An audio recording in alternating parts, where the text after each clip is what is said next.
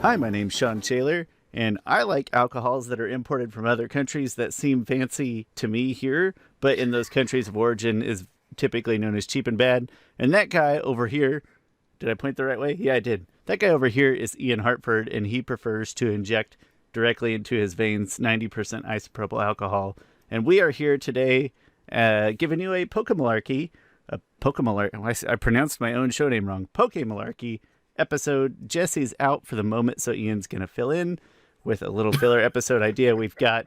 Ian, thank you so much for joining us in between your bouts of injecting isopropyl alcohol straight into your veins. How you doing, buddy? Doing great. How are you? I'm doing good. I don't like cold weather, but I do like the holidays. So as long as I don't have to leave the house, I'm pretty cool about it. Yeah, I hate cold weather. I'm just ready for spring and summer. Cold as the devil. Yeah, cold as the devil. And someday you and I will move to Arizona together where we can still be inside, but we can know that it's warm outside. Like, we'll still be inside because that's kind of what we do. But we'll know that outside, if we wanted to go, it'll be warmer nice outside. Yeah. In our hearts, we'll know that's better for us as we sit inside in front of our computer screens. Welcome to Pokemalarkey regardless. So excited Thanks for having me. Absolutely. So excited to have you and all 5 of our listeners out there. We are so grateful to 5 or however many, even if you tune in for like a second, we're really grateful that you even accidentally stumbled onto this. It's very exciting to us. Ian, I figured we'd get started. It's been a while since we talked to you. What have you been into nerd-wise? What are your current nostalgia hobbies that you're partaking in right now? Well, right now I actually just finished modding a GameCube and a Dreamcast, and I actually can show you. There they are. Beautiful. Little bad boy. Oh, you even have like little parallel colors there going on. That's pretty awesome. Yeah, I know, right? Isn't that neat? And then I got the N64 with the EverDrive down there. So I got a whole bunch of games that I can play, and I've been doing that and playing Diamond and Pearl a lot. Excellent. Recently. So far, so good. I know Jesse's hugely on board right now. Yeah, I'm on the 8th badge. We're about to go to the 8th badge and take that guy down. You know, catching as many Pokemon as I can in the underground, and it's a blast. I think I've said it already on the podcast, so if y'all have heard it before, I apologize. I am going to save my brownie points for Arceus, so I'm not going to partake in Pearl or Diamond just yet. You know, if I see them on a good deal at some point, of course I'm going to buy them, play them, love them. But right now, in terms of new games or full-price releases, I'm kind of saving my money for Arceus, and also fingers crossed for the GTA trilogy to get some fixes, perhaps, before I purchase that physically. And then also, Ian, this is an important time of year for me and my wife because in between, on like the 2 nights of the week where there's not football on, so Tuesday and Wednesday, those 2 nights, and Friday, so Tuesday, Wednesday, Friday, there's usually college football on Fridays, but usually it's not a game that we're interested in. It is the time of year in between Halloween and Christmas where we binge watch the Harry Potter marathon, and it kind of takes us all 2 months of hitting, 1 or 2 of those days every week for 30 to 45 minutes. But it's that time of year because somehow Harry Potter is both a Halloween movie and a Christmas movie. All 8 of them hit both of those categories. It's an all year round movie. That's just what it is. It is. The other day, Chris Ford, my friend, aka the Objective Geek of YouTube and Twitter, has been trying to prove, I have no arguments against it personally, that Harry Potter is a Christmas movie, and he's got some tangible evidence that he's working with. So, and obviously it's a Halloween movie, right? You've got witches and wizards and scary things and all that. So in between that time of year, it's perfectly fit. That's where we kind of do that binge watch mess while we're wrapping presents and not watching football. And so it's that time of year, and I fully acknowledge that they are not great movies. It's a dangerous thing to say. Please. They're the best. They are good representations of very good, wildly popular books. I don't think that they are great movies, but they are still my favorite movies of all time. I don't care. I'll watch them I'll watch them again and again. I don't care. It doesn't matter what they feel like critically. I watch them at least once a year, as described previously. If not, there's some other point during the year. There's like a binge weekend with other humans or whatever. So usually Well, it twice seems a year. like every 3 months or 4 months, like every quarter, they do a Harry Potter weekend. And so every time that comes on, I'm down for that. Absolutely, I'm there every single time. So Harry Potter movies. I'm glad you got your mods working. Very exciting. Not a huge Dreamcast guy myself, but I love the GameCube, and so I spent way too long modding my Wii U to be backwards compatible with GameCube ISOs, and so Yeah. I've kind of been in a similar GameCube mode lately.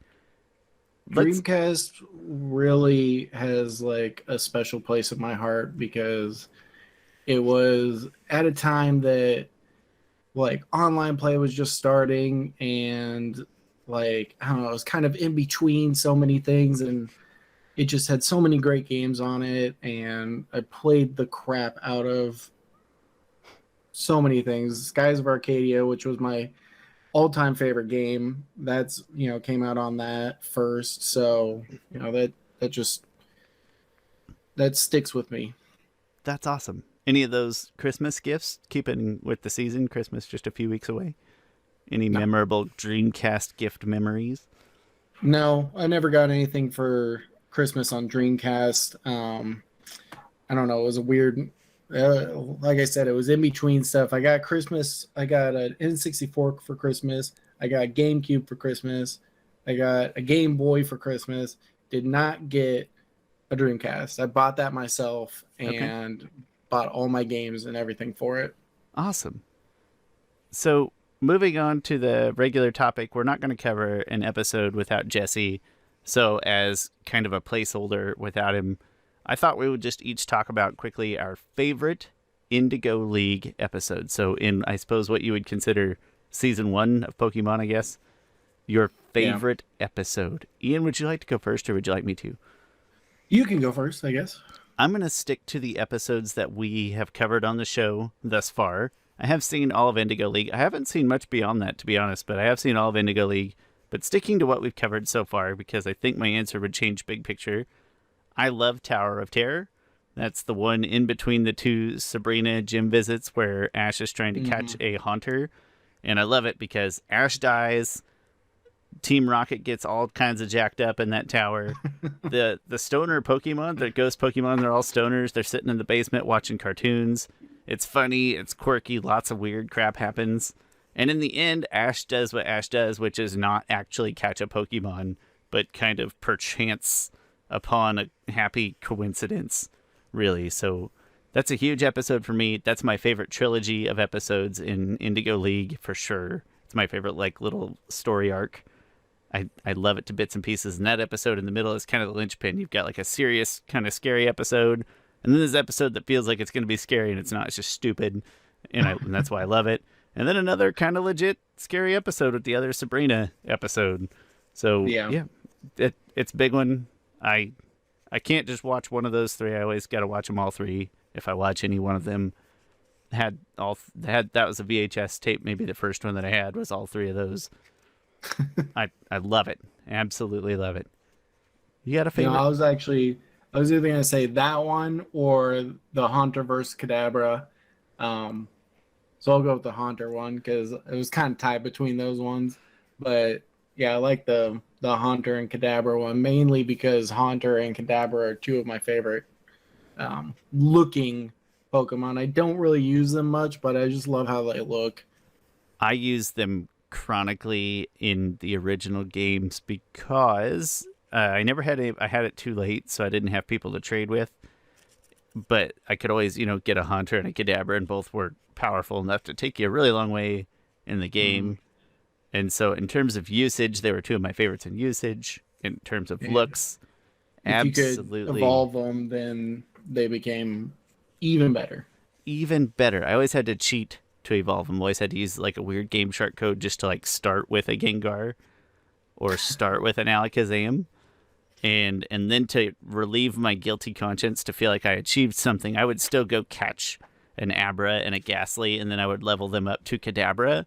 And then once I level them up to Kadabra and I already had my cheat codes to start with a Gengar and an Alakazam, then I would just file them. But I would at least work that hard. Like, no, I'm going to level them up to pretend I'm not just cheating blatantly because it's 2005 and I finally got a Game Boy Color and I'm so excited.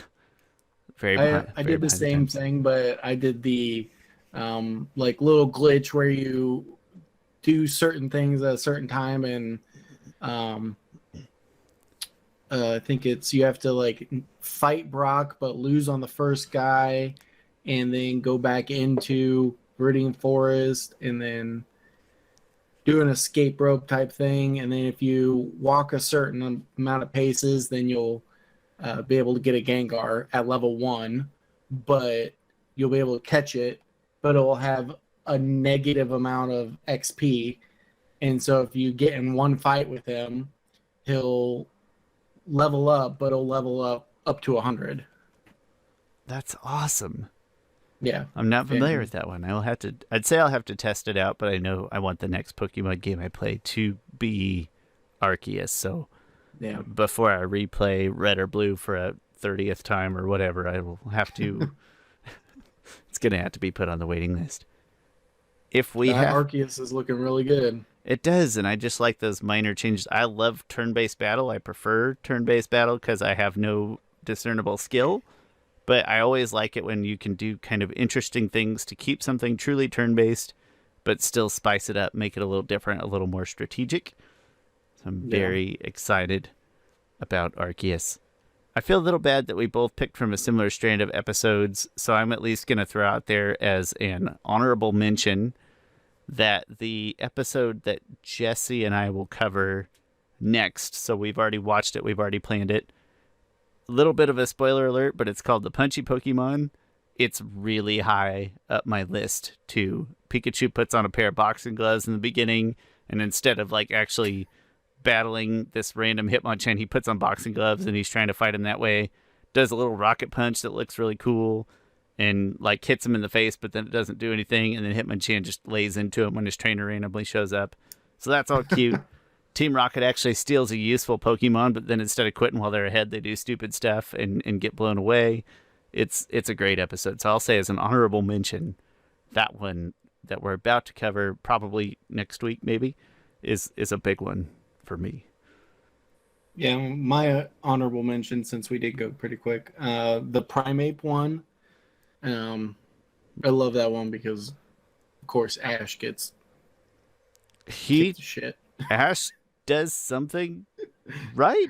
Finally, yeah. Like he uses his Pokemon intelligently to battle the Primeape. The Primeape's tired. He catches a useful Pokemon that's not a Caterpie, and he didn't just try to hit it with a rock. Yep.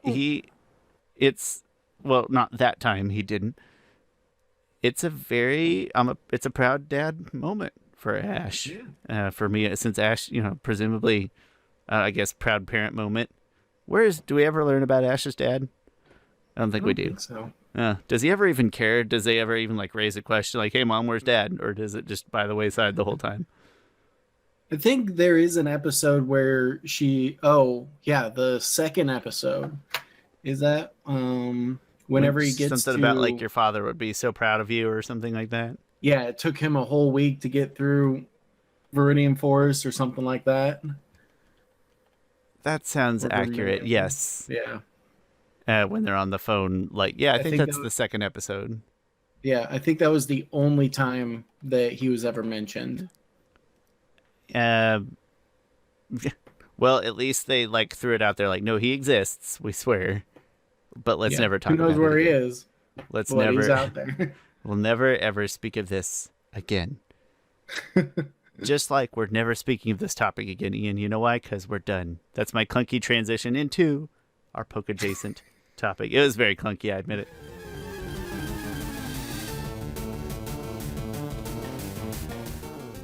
And for Pokedjacent, we're going to do nice, light, fluffy. We're both holiday people. We're going to talk about, in this Pokedjacent segment, our favorite nerdy Christmas memory. So, nerdy gift or nerd occasion that you experienced on Christmas that you hold near and dear to your heart. Throw out some honorable mentions if you like. Let's bask in the nostalgia of other people buying us toys at ages where we were not expected to return the favor. Let's live in that glory for a few minutes. I think mine was I got Elder Scrolls 3 Morrowind for Christmas for the Xbox, the original Xbox. Nice. Never played it on PC before that because I always had a shit PC. And after we opened presents, I went into our, like, we have a screened-in porch, but it's like a sunroom, so it's not really screened-in, it's glass and has a fireplace and stuff. And I had my Xbox back there, turned it on, played it all day. Like, didn't even talk to anybody else. I just played this one game for about 12 hours. That's astounding, because when I recently popped Morrowind, that exact disc you're talking about, into my Xbox One, I think it took like 3 hours just to download the updates to actually play it. So that would have been 3 hours I would have had to spend with other humans. Was that, if you don't mind me asking, was that like a parent or a grandparent gift, or like just a special request that you begged for? A Santa gift? Parent, okay. Yeah. Awesome. It was one of those where it was in a magazine, one of those Sears magazines or something. I circled it a bunch of times and then gave it to my parents. I was like, all right, give me this. Especially when there's just like one or two things that you really want, and you just rip those pages out. You're like, don't even look at the rest of the magazine. I've done your work for you. I've taken care of the labor. Here you are. Here you are. Do this. That's and what's funny is gift. we used to have that. Now we have Amazon Wishlist, but my parents don't know how to use that, so I'm screwed. Ian, I've never told anybody but my own wife this out loud. I like shopping for these things. Like, that is my present. So when I say I want to buy my own present, it may be because I'm a picky jackass. That's possible. But I actually enjoy the facet of like, all right, what am I going to find that's a good deal right now that fits like the criteria of something that I want? I enjoy it. I hate shopping for everything else. If it's functional, clothes, food, I despise it. I hate paying bills in all other respects, but I enjoy spending money selfishly on myself. So I don't love the Amazon wish lists and stuff, because I'd rather, like, no, you give me the Best Buy gift card, and then when Best Buy puts their random specials on, what did I just buy the other day? Oh, Scott Pilgrim vs. the World. It just dropped like $5, and I took that as a sign from the video game deities that I needed to buy You need to the go and physical copy. But here's the catch, is that you need $35 for free shipping, and it was then $29.99. So then I had to add on a garbage game that I don't care about to get it to the free shipping. So I had to add like a $7.99 garbage game called... What garbage game was that? It is called, let me see if I can see it, Curved Space. It is a twin stick shooter. And it was, I think, $7.99, and it is available on PS4, Xbox One, and Switch. I got it on the Switch. And it received like low 60s reviews from Metacritic. I had never heard of it. It was just it was like the only sub $10 game that was like not just absolute garbage. Like, it is a real game. It's not some weird Santa Claus. I can picture a stupid one with Santa Claus on it, or like some bad sports party or soccer FIFA 2K19. Yeah. Like, it was the only one that was like an actual game that looked like, in theory, I would potentially pop it in someday, and I won't, but you know, got to do what you got to do to hit the shipping total. Yeah, there you go. I don't know why I just went on a really long tangent when I'm supposed to be talking about Christmas memories, or more importantly, I'm interrupting your Christmas memories. Well, I'm pretty much done, but yeah, like, I like the wish list thing. I don't really like it because I'm the kind of a person, if I see something that I want, I'm just going to get it, because why wait to not get it? Like, right now I have table mounts for my flight sticks, and it's really cool, or it's gonna be really cool, because it mounts to your table. Then there's a mouse pad and the thing that I can put this guy on and be able to play Star Citizen very comfortably. Awesome. But I could get it right now, or 2 weeks ago when I put it on my list, and be playing this game for the next month. But no, I gotta wait till Christmas, and then I'm still probably not going to get it. I'm sorry to hear that, but that's just how it happens. I put all these things on the list. Like I put Catan on a wish list last year, or maybe 2 years ago. I got the expansion pack of Catan, and still don't have Catan. Terrifying is what that is. Downright terrifying. Deals dictate what I want, so the idea of specifying, like, there's always a couple of titles I can always think of, 2 or 3 Switch games, for example, that I absolutely know I'll try to purchase them at some point. But mostly deals dictate what I buy, so it hurts me to kind of put together a list, because I'm like, all right, well, I want this game, but I wouldn't pay more than this for it, or I'd want this game, but it goes on sale for this amount here sometimes, or I'd like, and so then my even Christmas if somebody else is buying it for you, you still have to dictate the deal. I want my mom to save a few bucks, Ian. Okay, that's important to me. Which do you have any honorable mention Christmas moments that you care to bring up? No, I mean, like I already talked about getting the N64, but on that one, actually, that is kind of funny because I got that. I knew I was getting it. So the night before, I actually went and opened it up and took it upstairs and played it, and almost beat Diddy Kong Racing until like 5 a.m, and then I rewrapped everything and put it back downstairs. That's awesome. Sorry, Mom and Dad, if you watch this. Congratulations. Well, but if your mom and dad watch this, I'll be astonishingly impressed because that will make one person that's watched this. I have a few honorable mentions, and one of them is, I have to turn the camera ever so slightly. Over here, you'll see a Serpentera and a Godzilla toy. You can kind of see them to the left of the KE sign. Serpentera's in the back, Godzilla's in front. I was probably 4 or 5, and my sister got Serpentera and I got Godzilla, and I was very upset because we obviously, we both wanted Serpentera because we weren't into like kaiju monster movies and things. So I was very upset. And we still bring up that Christmas like jokingly in the family a lot. I was probably 4 or 5, so that's an honorable mention. Last year is a weird kind of honorable mention because my mom had COVID and she was fairly ill. Like she was in the hospital for quite a while, but she still is on oxygen. We're talking a year later. Like she had it very seriously, and she has other pre-existing conditions. So very scary, right? And she got it like Thanksgiving. We didn't really have a standard Christmas that year. So very scary. But ultimately, she is well, and we're all excited to go see her for Christmas this year. Happy ending and whatnot. But then so that was memorable in a different way. But then also she got really good at shopping online because she spent most of her time lying down. So she got really good at bargain shopping on eBay and Mercari and things. So I actually got a pretty solid stack of Switch games from my mom. I got, I don't know, like 5 or 6. And she was so proud of the prices, like telling me because she knows I like getting deals and all that. So that, like, oddly, I couldn't tell you which 5 games or whatever it was. I could maybe pick out 1 or 2, but I just remember being kind of amused at the idea that she spent all that time laying in bed getting good at picking deals up on eBay and Mercari and Amazon. That's awesome.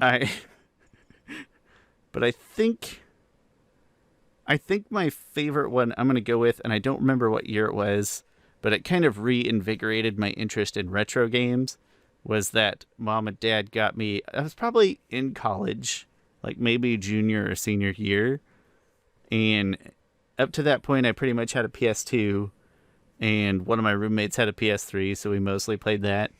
But they got me like a 3-in-1 system, and it wasn't even like a Retron. Like it was a horrible garbage. I don't know how much they paid. Not a lot of money. It was a bad system.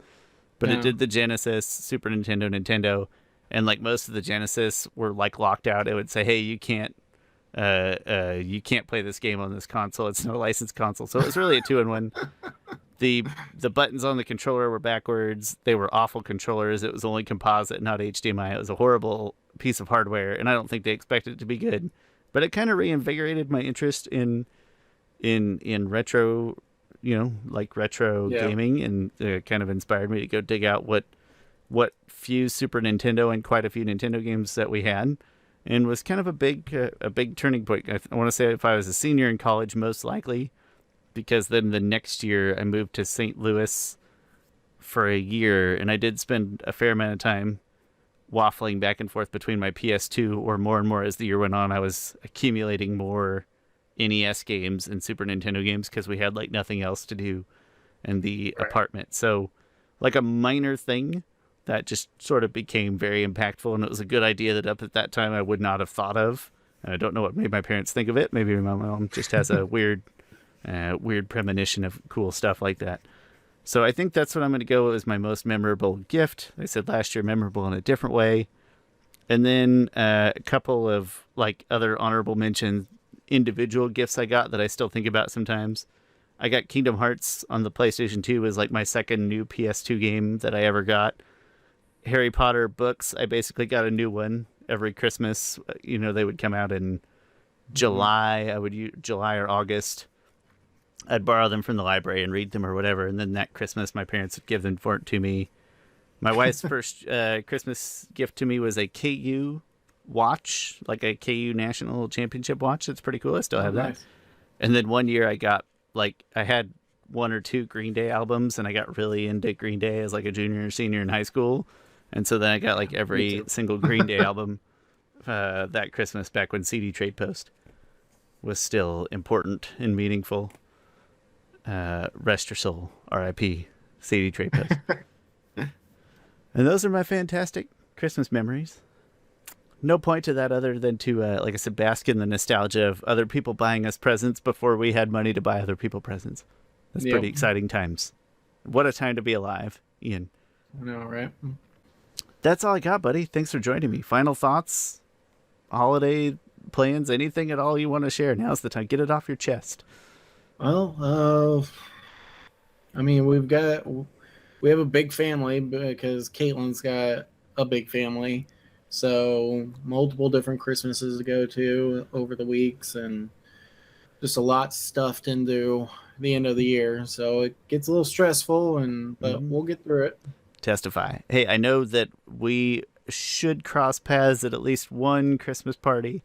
Yep. Maybe the end of next week or something. So happy holidays in the interim, but of course I do hope to see you there. And to everybody else, Pokemalarkey people watching or listening only, happy holidays to you all as well. But we do still have some episodes kind of booked ahead to play. We may not record at this point, but we've got enough episodes, I think, to carry us through. So happy holidays now, just in case we don't remember to say them or didn't remember to say them in those other pre-recorded episodes. And we will see you next time. Thank you all so much for watching, listening, or just noticing us in general. We appreciate it. Bye.